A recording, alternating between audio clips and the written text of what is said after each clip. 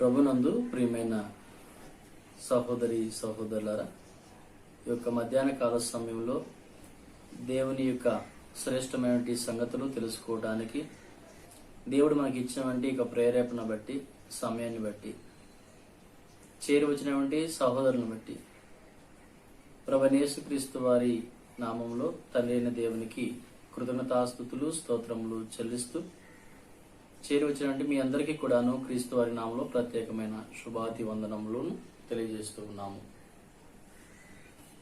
ప్రార్థించుకుందాము. మహాకృపకు కారణభూతుడా, పరిశుద్ధుడా, మా గొప్ప తండ్రి, ఈ యొక్క సమయమందునైనా నీ మాటలను ప్రభువా మేము వినటానికి,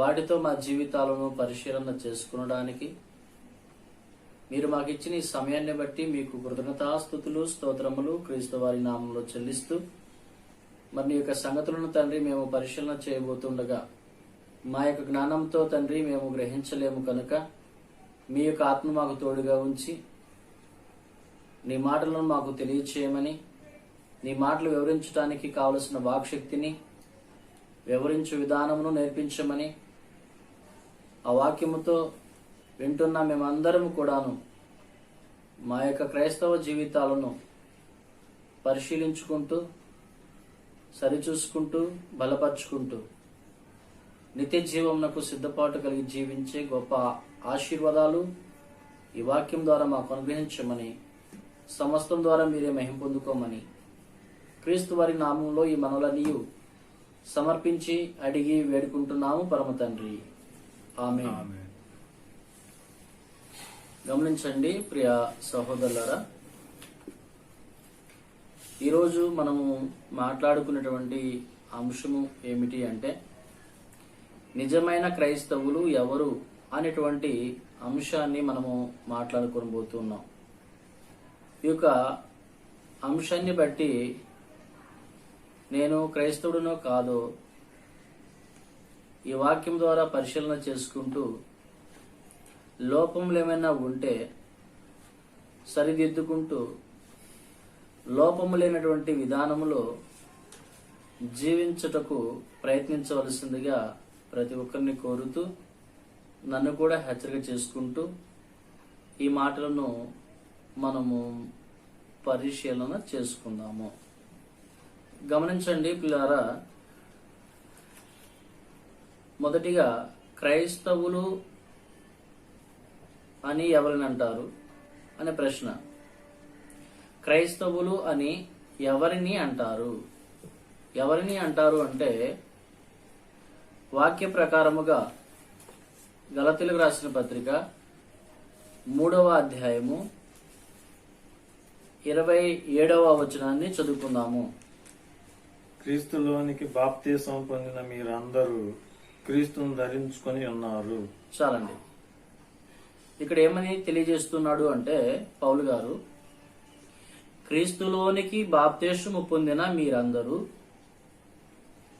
క్రీస్తును ధరించుకుని ఉన్నారు అన్నాడు. అంటే క్రీస్తును ఎవరైతే ధరించుకుంటున్నారో వారు క్రైస్తవులు అని చెప్పవచ్చు. క్రైస్తవులు అనగా అర్థం ఏమిటంటే క్రీస్తును కలిగిన వారు, క్రీస్తును అనుసరించువారు అనేటువంటి అర్థాన్ని మనం చూడగలుగుతున్నాం. కాబట్టి క్రీస్తుని ఎవరు కలిగి ఉన్నారు? బాప్తిస్మము పొందుకున్న వారు కలిగి ఉన్నారు. ఈ వచనమును బట్టి బాప్తిస్మము పొందుకున్న వారందరూ క్రైస్తవులు అని చెప్పడానికి ఆధారం ఉంది. సరే, లోకంలో అనేక రకాలైన బాప్తిస్మములు ఉన్నాయి, వాటి గురించి నేను ఇప్పుడు మాట్లాడటం లేదు. క్రైస్తవ జీవితాన్ని గురించి మాట్లాడుతున్నాం కనుక బాప్తిస్మము పొందుకున్న వారు క్రైస్తవులు అనబడతారు. నేటి సమాజంలో ఏమనుకుంటున్నారు అంటే ఒక కుటుంబంలో ఒక తల్లి ప్రార్థనకు వెళ్తూ ఉంది అంటే, బాప్తిస్మము పొందుకుంది అంటే ఆ కుటుంబంలో ఉన్న వారందరూ కూడా మేము క్రైస్తవ కుటుంబము అంటున్నారు. వారి తరములో వచ్చినటువంటి మనవ సంతానము కూడా మేము క్రైస్తవ కుటుంబంలో వచ్చాము అనుకుంటున్నారు. లేదా ఇంకో మాటలో చెప్పాలి అంటే ఒక కులాన్ని బట్టి అనగా మాల మాదిగ కులాన్ని బట్టి మేము క్రైస్తవులం అనుకుంటున్నారు. అంటే వీరికి మాత్రమే దేవుడు అన్నట్టు, మిగతా వారికి ఆయన దేవుడు కానట్టు, మేము ఆయన కలిగి ఉన్నాం కాబట్టి, మేము ఆయన చర్చికి వెళ్తాం కాబట్టి, ఆయన ప్రార్థన చేస్తాం కాబట్టి, బాప్తిసం పొందకపోయినా క్రైస్తవులమే, మేము క్రైస్తవ కుటుంబంలో నుండి వచ్చాము అని మాట్లాడుతున్నారు. కాబట్టి పిల్లారా, ఈ వచనాన్ని మనం ఆధారం చేసుకుంటే క్రీస్తును ధరించుకున్నది ఎవరయ్యా అనగా బాప్తిసము పొందినవారు. ఇప్పుడు బాప్తిసము పొందిన వారు ఏ కులంలో అయినా ఉండవచ్చు. యేసుక్రీస్తు అందరికీ ప్రభు అన్నాడు. అపోస్తల కార్యంలో మనం చదువుకుంటున్నప్పుడు యేసుక్రీస్తు ఒక కులానికి ప్రభు అనలేదు, అందరికీ ప్రభు అన్నాడు. యేసుక్రీస్తు వారు లోకమంతటి కోసం ప్రాణం పెట్టాడు. కనుక మన వాక్యాన్ని గమనించినప్పుడు ఏ కులంలోని వారైనా, ఏ స్థితిలోని వారైనా బాప్తిసము పొందుకుంటేనే వారు క్రైస్తవులు అని పిలువబడడానికి అవకాశం ఉంది. రెండవ పాయింట్ ఏంటంటే, నిజమైన క్రైస్తవులు ఎవరు? బాప్తిసము పొందుకున్న వారందరూ నిజమైన క్రైస్తవులేనా? కాదు. ఇందులో మరొక వివరణ ఏంటంటే, లోకంలో జరుగుతున్న విషయాలను మనం ఆధారం చేసుకుంటే బాప్తిసం ఎందుకు పొందుకుంటున్నారు అనగా, బలహీనతల నుండి విడుదల పొందాం కాబట్టి బాప్తిసం పొందుకుంటున్నాం అనేవారు కొంతమంది. మా కుటుంబంలో సమస్యలు తీరినాయి కాబట్టి బాప్తిసం పొందుకుంటున్నాం అనేవారు కొంతమంది. వివాహం చేసుకోవాలి కాబట్టి బాప్తిసం పొందుకుంటున్నాం అనేవారు కొంతమంది. వాక్యాన్ని విని, వాక్యాన్ని గ్రహించి, వాక్య ప్రకారంగా బాప్తిసం పొందుకునేవారు కొంతమంది. ఇప్పుడు బాప్తిసం పొందుకున్న వారిలో సుమారుగా 4 రకాలు చూసాం. వీళ్ళందరూ బాప్తిసమే పొందుకున్నారు, కానీ వీరందరూ క్రైస్తవులేనా అంటే కాదు. బాధలు తీరినాయి కాబట్టి, వివాహం చేసుకోవాలి కాబట్టి, లేకుంటే కుటుంబంలో ఏదో పరిస్థితులు మార్పు వచ్చినాయి కాబట్టి అని తీసుకున్న వారు 3 రకాలుగా ఉన్నారు. వాక్యాన్ని విని ఆత్మరక్షణ కోసము బాప్తిసం పొందుకోవాలి, పాప క్షమాపణ కోసము బాప్తిసం పొందుకోవాలి, పరిశుద్ధాత్మనే వరాన్ని పొందుకోవడానికి బాప్తిసం పొందుకోవాలి అనేటువంటి గ్రహింపుతో పొందుకున్న వారు ఒకరున్నారు. వారు నిజమైన క్రైస్తవులు అనడానికి అవకాశం ఉంది. ఇందులో 3వ విషయం ఏంటంటే, వాక్యాన్ని విని గ్రహించి పాప క్షమాపణ కోసము, పరిశుద్ధాత్మ వరం పొందుకోవడం కోసము, ఆత్మ రక్షణ కోసము బాప్తిసం పొందిన వారు ఒకరున్నారు. వీరిని నిజమైన క్రైస్తవులు అనడానికి అవకాశం ఉంది. అయితే ఇందులో కూడాను కొంతమంది ఆ యొక్క బాప్తిసము పొందుకున్నటువంటి రక్షణ బాధ్యతను చివరి వరకు కొనసాగించలేకపోతా ఉన్నారు. మనం గమనించాలి. 4 రకాలైనటువంటి వారిని మనం చూసాం. వీరిలో ఒక రకమైన వారే నిజమైన క్రైస్తవులు అనటానికి అవకాశం ఉంది. ఇందులో కూడాను చివరి వరకు రక్షణ కొనసాగించలేని వారు చాలా మంది ఉంటున్నారు. ఇప్పుడు ఇందులో నిజమైన క్రైస్తవులు ఎవరంటే, చివరి వరకు అనగా తన యొక్క మరణము వరకు రక్షణ బాధ్యతను కొనసాగించిన వారు మాత్రమే నిజమైన క్రైస్తవులు అనటానికి అవకాశం ఉంది. యేసుక్రీస్తు వారు ఏమన్నాడు అంటే, అంతం వరకు సహించిన వాడే రక్షణ పొందును అన్నాడు. అంతము వరకు సహించిన వాడే రక్షణ పొందును అనగా చనిపోయేంత వరకు సహనముతో మన క్రియా జీవితాన్ని కొనసాగించాలి. వారు నిజమైన క్రైస్తవులు అనబడతారు. ఇలాగా అంతం వరకు సహనము కలిగి శ్రమలలోనూ బాధలలోనూ వారికి అనేక రకాలైన ఇబ్బందికరమైన పరిస్థితుల్లోనూ దేవుని విడువక, వాక్యము ప్రకటించక మానక, వారికి విశ్వాస జీవితాన్ని కొనసాగించిన వారు ఉన్నారు. వారిని నిజమైన క్రైస్తవులు అని పిలువబడ్డారు. ఒకసారి వాక్యాన్ని చూద్దాం.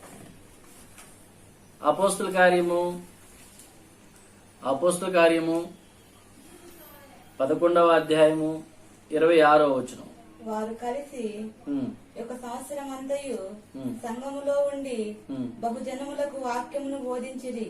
మొట్టమొదట అంత్యోకలో శిష్యులు క్రైస్తవులు అనబడిరి. చాలండి. క్రైస్తవులు అనబడినటువంటి మొట్టమొదటి సందర్భము, మొట్టమొదటి స్థలము ఎక్కడ అంటే అంత్యోకయలో. అంత్యోకయలో శిష్యులు క్రైస్తవులు అని పిలువబడ్డారు. ఈ శిష్యులను నిజమైన క్రైస్తవులు అనటానికి ఆధారాలు ఉన్నాయండి. వీళ్ళు ఏం చేశారు, వీరి క్రియా జీవితం ఏంటి అని ఒకసారి మనము వివరముగా తెలుసుకోవాలి అంటే 19వ వచనం నుండి చదువుకోవాలి మనం. అనగా అపోస్తల కార్యము 11వ అధ్యాయము 19వ వచనం నుండి 26వ వచనం వరకు చదువుకుందాం. శపన విషయంలో చదవండి.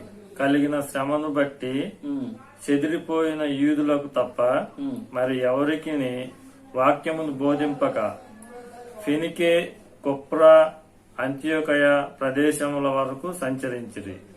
కుప్రీయులు కొందరును కురేనీయులు కొందరును వారిలో ఉండిరి. వీరు అంత్యోకయకు వచ్చి గ్రీసు దేశపు వారితో మాట్లాడుచు ప్రభు అయిన యేసును గూర్చిన సువార్త ప్రకటించిరి. ప్రభువు హస్తము వారికి తోడై ఉండెను గనుక నమ్మిన వారనేకులు ప్రభువు తట్టు తిరిగిరి. వారిని గూర్చిన సమాచారము యెరూషలేములోనున్న సంఘపు వారు విని బర్నబాను అంత్యోకయ వరకు పంపిరి. అతడు వచ్చి దేవుని కృపను చూసి సంతోషించి ప్రభువును ఆ స్థిర హృదయముతో హత్తుకొనవలెనని అందరినీ హెచ్చరించెను.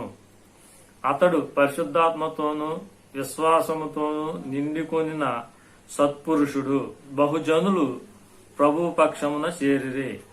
అంతటా అతడు సౌలును వెదుకుటకు తార్చునకు వెళ్లి అతనిని కనుకొని అంత్యోకయకు తోడుకొని వచ్చెను. వారు కలిసి ఒక సంవత్సరం అంతయు సంఘములో ఉండి బహుజనులకు వాక్యము బోధించిరి. మొట్టమొదట అంత్యోకయలో శిష్యులు క్రైస్తవులు అనబడిరి. చాలండి. అపోస్తుల కార్యము 11వ అధ్యాయము 19వ వచనం నుండి 26వ వచనం వరకు మనం చదువుకున్నప్పుడు శిష్యులు క్రైస్తవులు అనబడటానికి కొన్ని ఆధారాలు ఉన్నాయి. ఏమిటి అంటే, సంఘపు పెద్దలుగా ఏర్పాటు చేసినటువంటి 7 పురుషుల్లో స్తెఫను అనేటువంటి ఒక వ్యక్తిని రాళ్లతో కొట్టి చంపినటువంటి సందర్భం. స్తెఫను రాళ్లతో కొట్టి చంపినటువంటి సందర్భములో సంఘమంతయు కూడా చెదిరిపోయెను. ఎందును బట్టి చెదిరిపోయిన అంటే, స్తెఫను విషయంలో జరిగినటువంటి అఘోరమైనటువంటి శ్రమలను చూసి చెదిరిపోయిరి. అయితే చెదిరిపోయిరి గాని సువార్తను ప్రకటించటము మానుకోలేదు. అంటే నిజమైన క్రైస్తవులు అనబడటానికి ఆధారం ఏమిటంటే, మన విశ్వాస జీవితములో కూడా శ్రమలు అనేటువంటివి రావచ్చు. శ్రమలు అనేటివి వచ్చినప్పుడు శ్రమలుగా ఉండొచ్చు గాని విశ్వాస జీవితంలో వెనకబడటం మాత్రము ఉండకూడదు. వాక్యాన్ని ప్రకటించే వ్యక్తి అయితే వాక్యాన్ని ప్రకటించటము మానకూడదు. లేదా నువ్వు ఒక విశ్వాసిగా ఆరాధన చేసే వ్యక్తిగా ఉంటే ఆరాధన చేయటం మానుకోకూడదు. పౌలు గారు తెస్సలోనికలో ఉన్న వారితో మాట్లాడుతూ, ఆత్మను ఆర్పకుడి, ప్రవచించుటను నిర్లక్ష్యము చేయకుడి అంటాడు. అంటే శ్రమ వచ్చింది కదా అని చెప్పేసి వాక్యాన్ని బోధించే సామర్థ్యత ఉన్నటువంటి ఒక క్రైస్తవుడు వాక్యాన్ని బోధించడం ఆగిపోతే అతడు క్రైస్తత్వం నుండి దిగజారిపోతూ ఉన్నాడు. అలాగే క్రైస్తవుడు అనబడిన వారందరూ కూడాను వారి యొక్క సామర్థ్యతను బట్టి, బోధించగలిగిన వారిగా ఉంటే బోధించటంలో ఎన్ని శ్రమలు వచ్చినా సరే ఆగిపోకూడదు. ఇక్కడ వీరు చేసిన పని అదే. స్తెఫను చనిపోయినప్పుడు చెదరిపోయారు గాని సువార్తను ప్రకటించడం మాత్రము ఆగిపోలేదు. ఇందులో రెండవ పాయింట్ ఏంటంటే, ఇక్కడ ఉన్నటువంటి వారు యూదుల వరకే బోధిస్తూ ఉన్నారు. అంటే బోధించటం ఆగిపోకుండా చేస్తూనే ఉన్నారు. అయితే మరికొంత కాలములో యూదులకు మాత్రమే గాక గ్రీసు దేశపు వారితో కూడా మాట్లాడుచూ వచ్చిరి. అంటే తన వరకు మాత్రమే కాదు, తన యొక్క బంధువర్గముతోనే కాదు, తన సంఘములో ఉన్న వారితోనే కాదు, ఇతర సంఘములలో ఉన్న వారితో కూడా మాట్లాడుతూ ఉండాలి. క్రైస్తవుడు అనగా క్రీస్తుని కలిగిన వారు. క్రీస్తు ఒక యూదులకు మాత్రమే కాదు, లోకమంతటికి రక్షణ ఇవ్వడానికి ప్రాణం పెట్టి ఉన్నాడు. కాబట్టి నిజమైన క్రైస్తవుడు తన వారి గురించి మాత్రమే కాదు, ఎదుటి వారికి కూడాను, అనగా సంఘమునకు వెలుపల వారికి కూడాను వాక్యమును బోధించేవానిగా ఉండాలి. తన బంధువులకు మాత్రమే కాదు, ఇతరులకు కూడా వాక్యాన్ని బోధించేవానిగా ఉండాలి. తన కులస్తులకు మాత్రమే కాదు, అన్నిలకు కూడా, అన్ని ఆచారాలు కలిగినటువంటి వారికి కూడా వాక్యము బోధించినటువంటి వానిగా ఉండాలి. అలాగున జీవించినటువంటి వారు క్రైస్తవులు, నిజమైన క్రైస్తవులు అనబడటానికి ఆధారము ఉంటుంది, అవకాశం ఉంటుంది. ఇందులో మూడవ పాయింట్ ఏంటంటే, ఇక్కడ ఉన్నటువంటి వారు సంతోషించినటువంటి సందర్భాన్ని మనం చూస్తున్నాం.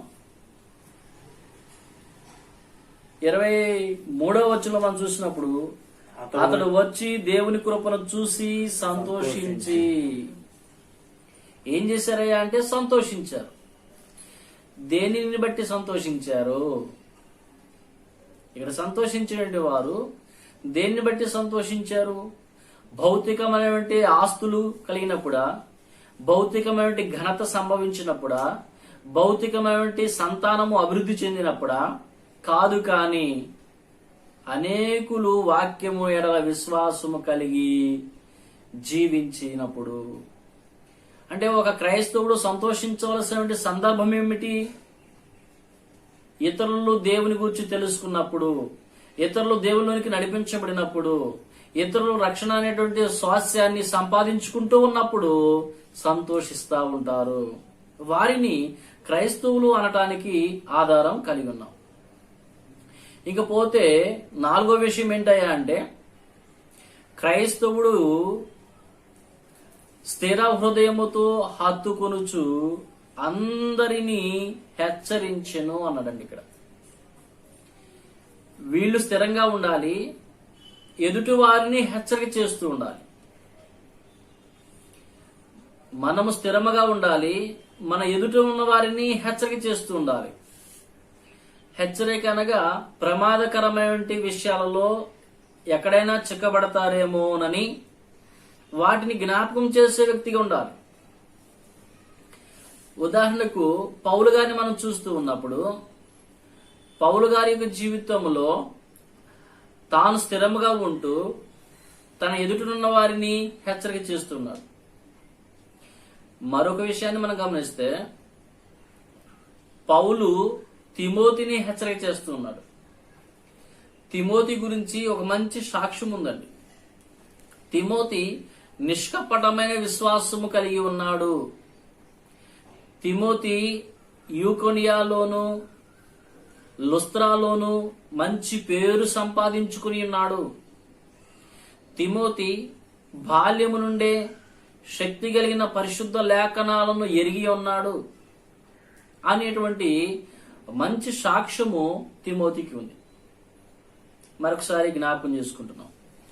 అపోస్తుల కార్యము 16వ అధ్యాయము 1వ వచనం నుండి చూసినప్పుడు, అపోస్తుల కార్యము 16వ అధ్యాయము 1వ వచనం నుండి చూసినప్పుడు, తిమోతికి లుస్త్రాలో యూకోనియాలో మంచి పేరు ఉంది. రెండవది, తిమోతికి రాసినటువంటి 2వ పత్రిక 1వ అధ్యాయము 5వ వచనంలో నిష్కపటమైన విశ్వాసము కలిగి ఉన్నాడు అని తిమోతి గురించి మంచి సాక్ష్యం ఉంది. మూడవదిగా తిమోతి రాసినటువంటి 2వ పత్రిక 3వ అధ్యాయము 15వ వచనంలో చూసినప్పుడు అతడు శక్తి కలిగిన పరిశుద్ధ లేఖనములను బాల్యం నుండే ఎరిగి ఉన్నాడు అనేటువంటి మంచి సాక్ష్యం ఉంది. గమనించండి, ఇంత మంచి సాక్ష్యం కలిగినటువంటి తిమోతిని పౌలు గారు ఏమని హెచ్చరిక చేస్తున్నాడు అంటే, తిమోతి, నువ్వు యవ్వన కాలంలో ఉన్నావు, నీ మాట విషయంలో, నీ ప్రవర్తన విషయంలో, ప్రేమ విషయంలో, విశ్వాస విషయంలో, ప్రవర్తన విషయంలో విశ్వాసులకు మాదిరిగా ఉండు. నేను వచ్చే వరకు చదువుట యందును, బోధించుట యందును, హెచ్చరించుట యందును జాగ్రత్తగా ఉండు అని కొన్ని హెచ్చరికలు చేస్తున్నాడండి. సహజంగా మనము ఈ లోకంలో జీవిస్తున్నప్పుడు ఎదుటి వారిని ఏ విషయాల్లో మనం హెచ్చరిక చేస్తూ ఉంటాము అంటే, ఆరోగ్య విషయంలో జాగ్రత్తగా ఉండు, బయటికి వెళుతున్నప్పుడు జాగ్రత్తగా ఉండు, ఉద్యోగ విషయంలో జాగ్రత్తగా ఉండు, చదువుకునే విషయంలో జాగ్రత్తగా ఉండు, ఆస్తులు సంపాదించినప్పుడు వాటిని వ్యర్థం చేసుకోకుండా ఉండు అని ఇలాంటి విషయాల్లో జాగ్రత్తలు చెప్తూ ఉంటాము, హెచ్చరిక చేస్తూ ఉంటాం. కానీ ఒక క్రైస్తవుడు ఎదుటి వారిని హెచ్చరిక చేయవలసిన విషయాలు ఏమిటయ్యా అంటే, ఆత్మ సంబంధమైన విషయాలలో ఎక్కడైనా పడిపోతావేమో, జాగ్రత్త జాగ్రత్త జాగ్రత్త అని ఇలాగున హెచ్చరిక చేసేవానిగా ఉండాలి. నిజమైన క్రైస్తవులు వారి యొక్క లక్షణాన్ని మరొకటి మనం చూస్తా ఉన్నాం. అపోస్తుల కార్యము 11వ అధ్యాయము 26వ వచనంలో, వారు కలిసి 1 సంవత్సరమంతయు సంఘములో ఉండి బహుజనులకు వాక్యమును బోధించిరి. ఇక్కడ ఎవరిని చూస్తున్నాము అంటే శిష్యులను చూస్తా ఉన్నాము. ఈ శిష్యులు దేవుని యొక్క పని నిమిత్తమై 1 సంవత్సరమంతయు కూడా కుటుంబానికి వారి బాధ్యతలకు దూరముగా ఉండి వాక్యమును బోధించుచు అనేక జనులను దేవుని వైపు నడిపిస్తూ ఉన్నటువంటి విధానములో ఉన్నారు. అనగా ఒక క్రైస్తవుడు దేవుని సువార్త ప్రకటించడం కోసమై, దేవుని పని చేయడం కోసమై తమ సొంత కార్యాలను అడ్డుగా పెట్టుకోకూడదు, తన కుటుంబ బాధ్యతలను అడ్డుగా పెట్టుకోకూడదు. కొన్నిసార్లు కుటుంబమైనా విడిచిపెట్టాలి, కొన్నిసార్లు బిడ్డలైనా విడిచిపెట్టాలి. యేసు ప్రభువారు ఎలా చెప్పుకొచ్చాడు, ఎవడైనను నా నిమిత్తము తన తల్లినైనను, తండ్రినైనను, అన్నదమ్ములనైనను, అక్క చెల్లెండినైనను, భార్య బిడ్డలనైనను, ఇండ్లైనను, పొలంలైనను నాకంటే ఎక్కువగా ప్రేమించేవాడు నాకు పాత్రుడు కాడు అని చెప్పాడు. నేను బాప్తిస్మము పొందుకున్నాను, క్రీస్తును ధరించుకున్నాను అంటే ఎప్పుడైనాను దేవుని పని నిమిత్తమై దేనిని కూడాను ఎక్కువగా ప్రేమించకూడదు. దేవుని పనినే ఎక్కువగా ప్రేమించి ప్రతి దానిని కూడాను ప్రక్కన పెట్టి వెళ్లిపోయినటువంటి వాడు క్రైస్తవుడు అనిపించుకోవడానికి అవకాశం ఉంటుంది. కాబట్టి ఈ లోకంలో నేటి సమాజాన్ని మనం చూస్తూ ఉన్నప్పుడు బాప్తిష్టమైతే పొందుకుంటున్నాము గాని దేవుని కార్యాల విషయంలో, దేవుని స్తుతించే విధానములో ప్రార్థనలు మానుకుంటున్నాము, బయటికి వెళ్ళవలసినప్పుడు వెళ్ళలేకపోతున్నాము, దేవుని పని నిమిత్తం ఏదైనా ఖర్చు చేయవలసినప్పుడు ఖర్చు చేయలేకపోతా ఉన్నాము.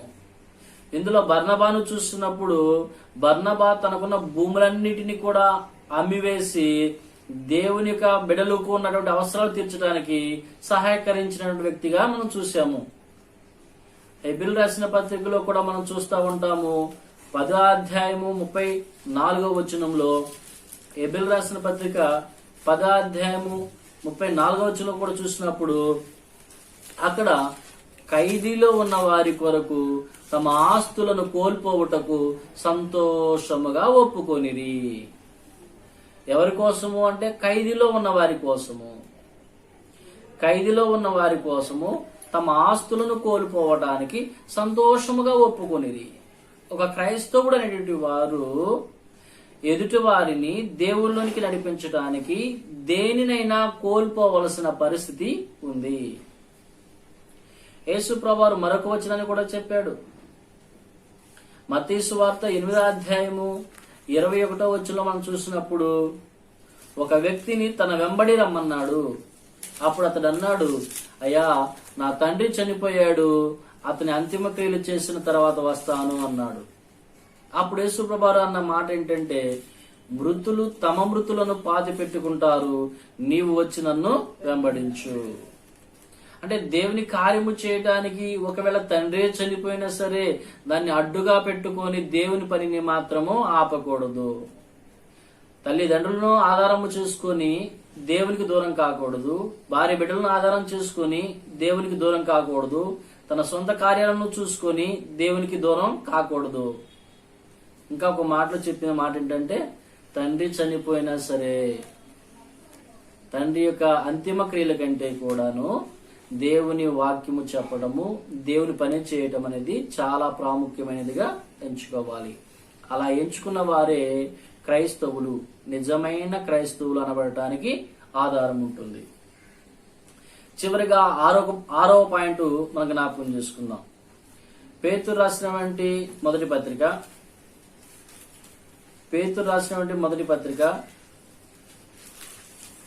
4వ అధ్యాయము 16వ వచనంలో, ఎవడైనను క్రైస్తవుడైనందుకు బాధ అనుభవించిన ఎడల అతడు సిగ్గుపడక ఆ పేరును బట్టి దేవుని మహింపరచవలెను. చాలండి.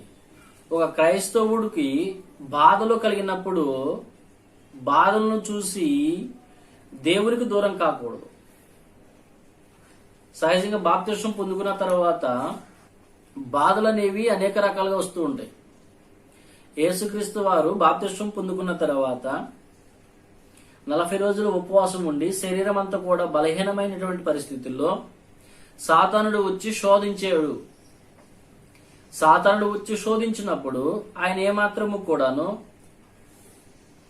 ఆ శోధనలో పడిపోకుండా ఎంతో ఓర్పు కలిగి జీవించాడు. అలాగే క్రైస్తవ జీవితంలో బాధలనేవి తప్పకుండా వస్తూ ఉంటాయి. బాధలనేవి ఎన్నొచ్చినప్పటికి కూడాను బాధలను బట్టి సిగ్గుపడకూడదు. పేతురు యోహాను గారిని యేసుప్రభువారి నామంలో స్వస్థపరిచినందుకు చెరసాల్లో వేశారు, సిగ్గుపడలేదు. పౌలు గారిని యేసే క్రీస్తు అని ప్రకటించినందుకు ఆయన కొరడాలతో కొట్టారు, సిగ్గుపడలేదు. రాళ్లతో కొట్టారు, సిగ్గుపడలేదు. యేసుప్రభువారి నామం నిమిత్తమై వారు ఎన్నో గొప్ప కార్యాలు చేశారు. ఆయన నామాన్ని ప్రచురము చేయడం కోసమై, ఆయన గొప్పతనాన్ని ప్రచురము చేయడం కోసమై ఎంతో దూరం ప్రయాణం చేశారు. ఎన్నో సమస్యలు ఎదురైనాయి. కానీ ఆ నామం బట్టి ప్రచురము చేయడం వలన సమాజంలో మనం చులకనైపోతున్నాము. ఎన్నో దెబ్బలు తినాల్సిన పరిస్థితి వస్తుంది. ఈ బాధలన్నీ మనకెందుకు, ఆయన నామం గురించి ప్రకటించుకుని ఉంటే చాలు కదా అనుకొని ఆగిపోలేదు. అలా ఉన్నారు కాబట్టి వారిని క్రైస్తవులు, నిజమైన క్రైస్తవులు అన్నారు. కాబట్టి ఈ లోకంలో మనం కూడాను నిజమైన క్రైస్తవులు అనిపించుకోవాలి అంటే బాధలు వచ్చినా సరే ఆగిపోకుండా మనకు అప్పగించబడిన పరిచర్య కావచ్చు, మనకి ఇవ్వబడిన తలంతే కావచ్చు, అది ప్రార్థించే తలంతే కావచ్చు, పాటలు పాడే తలంతే కావచ్చు, వాక్యం చెప్పే తలంతే కావచ్చు, లేకుంటే ఆస్తుల పూర్వకంగా ఉన్నటువంటి తలంతే కావచ్చు, అది దేవుని ఖర్చు పెట్టడానికైనా సరే, లేదా సంఘంలో ఏదైనా పరిచర్య చేయడానికైనా కావచ్చు, ఏదైనా కావచ్చు. సమాజం నుండి వచ్చినటువంటి అవమానాలను చూసి ఆగిపోకుండా ముందుకు సాగిపోయేవారే నిజమైన క్రైస్తవులు. మరొకసారి ఈ లక్షణాలు జ్ఞాపకం చేసుకుని మనం వాక్యాన్ని ముగించుకుందాం. నిజమైన క్రైస్తవులు అని ఎవరిని అనవచ్చు అంటే, మనం చూసాము శ్రమ వచ్చినప్పుడు, అనగా స్తెఫను చంపబడినప్పుడు వారు చెదిరిపోయిరి గాని సువార్తను ప్రకటించడము ఆగలేదు. రెండవ పాయింట్, తెలిసిన వారికి మాత్రమే కాక అన్ని జనులకు కూడాను వాక్యాన్ని బోధించారు. మూడవది, అనేకులు వాక్యమును విని విశ్వసించినప్పుడు ఆ విశ్వసించిన వారిని బట్టి సంతోషించారు. నాలుగవది, వారిని హెచ్చరిక చేస్తూ ఉన్నారు. 5వది, దేవుని పని కోసము కొన్ని రోజులైనా సరే, ఒక సంవత్సరమైనా సరే తమ బాధ్యతలను, తన కుటుంబాలను విడిచిపెట్టి ప్రయాణించిరి. అలాగే ఇలాంటి ప్రయాణములో బాధలు ఎన్ని వచ్చినా సరే దేవుని యొక్క వాక్యమును ప్రకటించటము, దేవుని పని చేయటము ఆగిపోకుండాను ముందుకు సాగిపోయారు. ఇలాంటి లక్షణాలు కలిగిన వారు నిజమైన క్రైస్తవులు అనబడతారు. ఇలాంటి లక్షణాలు మరి మనలో ఉన్నాయా లేదా? బాప్తిస్మము పొందుకున్న వారైతే చాలా మంది ఉన్నారు, ఇలాంటి లక్షణాలు కలిగిన వారైతే ఎందరు ఉన్నారు అనేది ప్రశ్నించుకొని ఈ వాక్య ప్రకారముగా మరి నాలో ఏమైనా లోపాలుంటే నన్ను నేను, మీలో లోపాలుంటే మిమ్మల్ని మీరు పరిశీలించుకొని నిజమైన క్రైస్తవుడుగా జీవించవలసినటువంటి బాధ్యత మనందరికీ ఉంది. నిజమైన క్రైస్తవుడుగా జీవిస్తేనే నిత్య జీవం పొందడానికి అవకాశం ఉంటుంది, లేకుంటే నిత్య జీవాన్ని కోల్పోతాము. కనుక పిల్లారా, ప్రతి ఒక్కరము కూడా వాక్యం చేత సరిచూసుకొని సరి చేసుకొని సిద్ధపాటు కలిగి నిత్య జీవం కోసం ఎదురు చూద్దాం. దేవుని కృప మనందరికీ తోడైండును గాక. ఇప్పటి వరకు శ్రద్ధగా ఉన్న మీ అందరికీ ప్రత్యేకమైన వందనములు తెలియజేస్తున్నాం. ప్రార్థించుకున్నాం. పరిశుద్ధుడా, మహోన్నతుడా, మహోపకారి, ఇప్పటి వరకు నాయన జీవము కలిగినటువంటి నీ మాటలు, నిజమైన క్రైస్తవులు ఎవరు అనేటువంటి సంగతులు మాట్లాడుకోవటానికి మీ కృప మాకు తోడుగా ఉంచారు. అందుకు మీ కృతజ్ఞతాస్తుతులు, స్తోత్రములు మీ కుమార నామములో చెల్లిస్తూ చెప్పబడినటువంటి మాటలను తండ్రి మరి మేమందరము కూడాను జాగ్రత్తగా పరిశీలన చేయడానికి మాకు తగు జ్ఞానమును, వివేకము దయచేయండి. నాలో మాలో ఏ లోపములు ఉన్నా వాటిని సరిదిద్దుకొని తండ్రి మేము వెంటనే నిజమైన క్రైస్తవుగా ప్రయాసపడటానికి సహాయం చేయమని, ఇంకా బాప్తిస్మము పొందక ఎందరూ దూరంగా ఉన్నారో వారందరూ కూడా మార్పు చెందుటకు సహాయం చేయమని, నిత్య జీవమునకు వారసులయ్యే గొప్ప ఆశీర్వాదాలు దయచేయమని యేసుక్రీస్తు వారి నామములో ఈ మనవులన్నీ సమర్పించి అడిగి వేడుకుంటున్నాము పరమ తండ్రి. ఆమేన్.